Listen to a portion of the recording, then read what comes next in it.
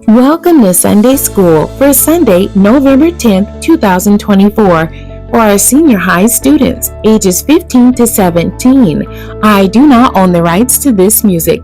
Today's Bible basis is coming out of Ezekiel chapter 47, verse 1, and then verses 3 through 12. The Bible Truth, a Transforming Stream. The title of today's story, Make the Plunge. Kwame patiently listened as his dad went on and on about his latest project. It's going to be great, son. I know it doesn't look like much right now, and I know some of my other projects have put us in sticky situations in the past, but this project is our ticket out of lack. What does Mom think? Kwame asked. You know how your mother is, but I think overall she's supportive. Well, that's good. I say go for it.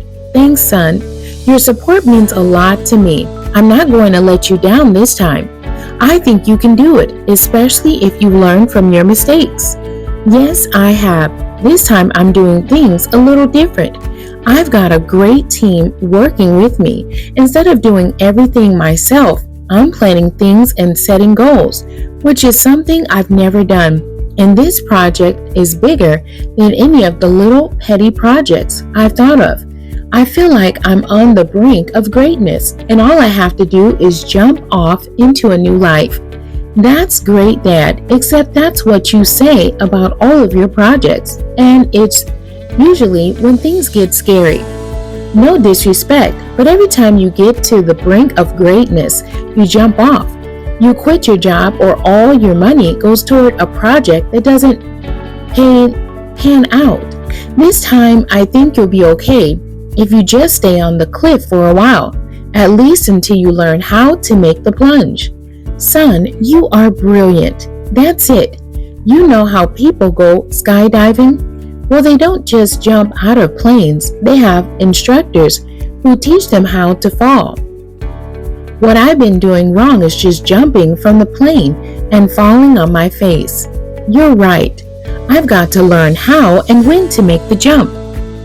Our lesson scripture, Ezekiel chapter 47, verse 1, and then verses 3 through 12. Afterward he brought me again unto the door of the house, and behold, waters issued out from under the threshold of the house, eastward.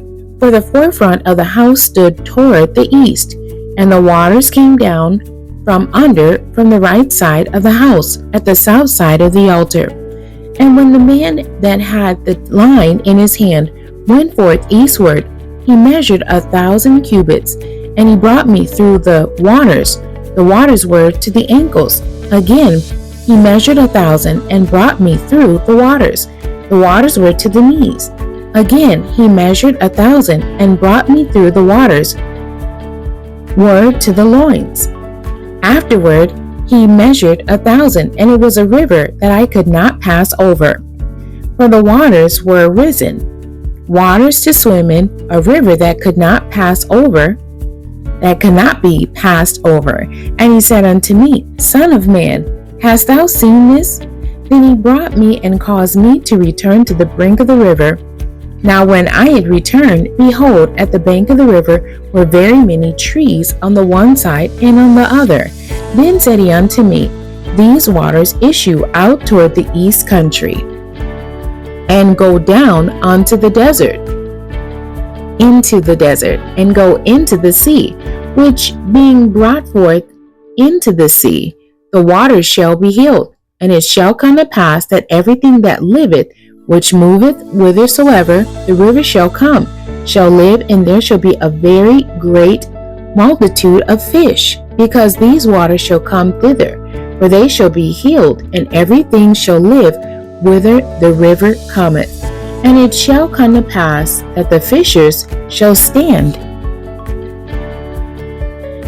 upon it from Engedi, even unto Eneglaim.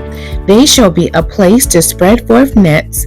Their fish shall be according to their kinds, as the fish of the great sea, exceeding many.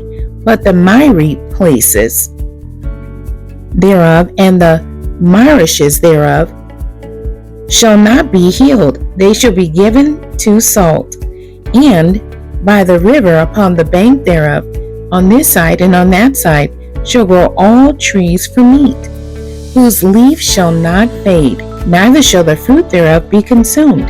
It shall bring forth new fruit according to his months, because their waters they issued out of the sanctuary, and the fruit thereof shall be for meat, and the leaf thereof for medicine. While we can live for weeks without food, a person will die in 3 to 5 days without water. A large percent of our bodies is made of water, and it is a vital source of life and health. Our text characterizes water as a life source through one of Ezekiel's visions. The vision indicates that covenant with God is an ever-deepening river of blessings. The river is a symbol of God's presence. In Make the Plunge story today, Kwame encourages the entrepreneurial father to learn how to make a leap of faith before he haphazardly makes the same business mistakes. The questions from our story today. Number 1, who was talking to Kwame? Number 2, what was his father excited about? Number 3, was Kwame's mother supportive? And number 4, what advice did Kwame give his father? The questions from our lesson text today. Number 1, what did Ezekiel see coming from the temple? Number 2, with what did the man measure the water? Number 3, what question did the man ask Ezekiel? Number 4, what happens where the river flows? Number 5, what properties do the trees growing by the river have? Water gives life. This week as a class, plan a bottled water drive. Collect as many bottles of water as you can and deliver them to your local Red Cross. The Red Cross delivers bottled water to people affected by natural disasters. The memory verse for today. And it shall come to pass that everything that liveth, which moveth whithersoever the river shall come, shall live, and there shall be a very great multitude of fish, because these waters shall come thither, for they shall be healed, and everything shall live whither the river cometh. From Ezekiel chapter 47, verse 9. The end. God bless you, and thank you for joining me today.